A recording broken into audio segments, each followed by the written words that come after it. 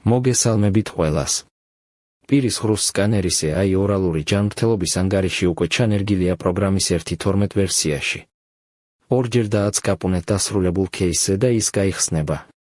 ჯანმრთელობის ანგარიში ხელმისაწვდომია და ერთი დააწკაპუნებით ის გააქტიურდება. შემდეგ ველოდებით AI ანალიზს. სიჩქარე დამოკიდებულია ქსელის კავშირზე.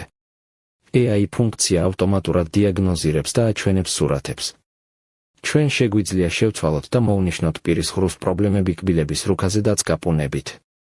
ათზე მეტი ვარიანტია, რომელიც მოიცავს თითქმის ყველა გავრცელებულ პირის ხრუს პრობლემას, ამიტომ უნდა მონიშნოთ კბილის პოზიცია მის შესანახად.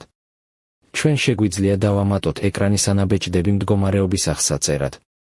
თითოეულ ვარიანტს აქვს მკურნალობის რეკომენდაცია ქვემოთ. პროგრამა მხარს უჭერს ჩამოტვირთვას ან ნახვას QR კოდის გენერირებით. პაციენტებს შეუძლიათ მათი მონაცემების ნახვა და მათი პირის ხრუს ჯანმრთელობის ანგარიში კბილების მდგომარეობის გასაგებად. აქ მოცემულია, თუ როგორ უნდა გენერირდეს QR კოდი. პაციენტებს ასევე შეუძლიათ ნახონ თავიანთი ანგარიში მობილურ ტელეფონზე.